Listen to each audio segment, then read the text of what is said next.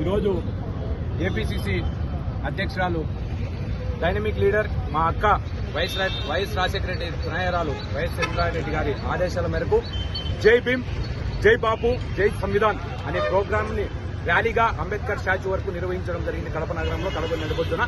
దీని యొక్క ముఖ్య ఉద్దేశం, మొన్న జరిగిన పార్లమెంటు సెక్షన్లలో అమిత్ షా గారు అంబేద్కర్ ను నమ్ముకునే బదులు దేవుణ్ణి నమ్ముకుంటే మేలు జరుగుతుందనే ఒక అనుచిత వ్యాఖ్యలు చేయడం మేము కాంగ్రెస్ పార్టీ తరఫున, దేశ ప్రజానికం తరఫున నిర్మోహమాటంగా ఖండిస్తున్నాము.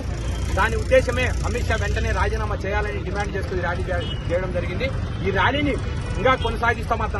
నరేంద్ర మోడీ గారు తక్షణమే వెంటనే తన మంత్రివర్గం నుండి అతన్ని భద్రపు చేయాలి అని మేము డిమాండ్ చేస్తున్నాం. దేని పక్షంలో చంద్రారెడ్డి గారి ఆధ్వర్యంలో, ఇక్కడ కడప జిల్లా అధ్యక్షుడు విజయజ్యోతి గారి ఆధ్వర్యంలో, ఏపీసీసీ లీడర్ చైర్మన్ తులసిరెడ్డి గారి ఆధ్వర్యంలో పెద్ద ఎత్తున ప్రోగ్రాములు చేపట్టి నిరసన తెలియజేస్తామని హెచ్చరిస్తున్నాం. అదేవిధంగా ఇక్కడ ఉన్నటువంటి కూటమి ప్రభుత్వం అయితేనేమి మొన్న అమిత్ షా వచ్చిపోయినాడు.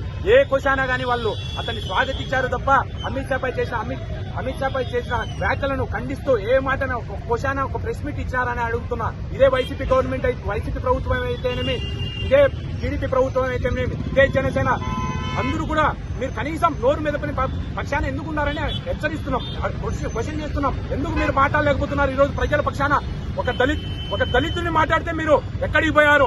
మీరు దళిత పక్షపాతులా కాదా? మీరు నిర్మోహమాటంగా ఈరోజు చర్చా వేదికకు వచ్చి చెప్పండి అని అడుగుతున్నాం.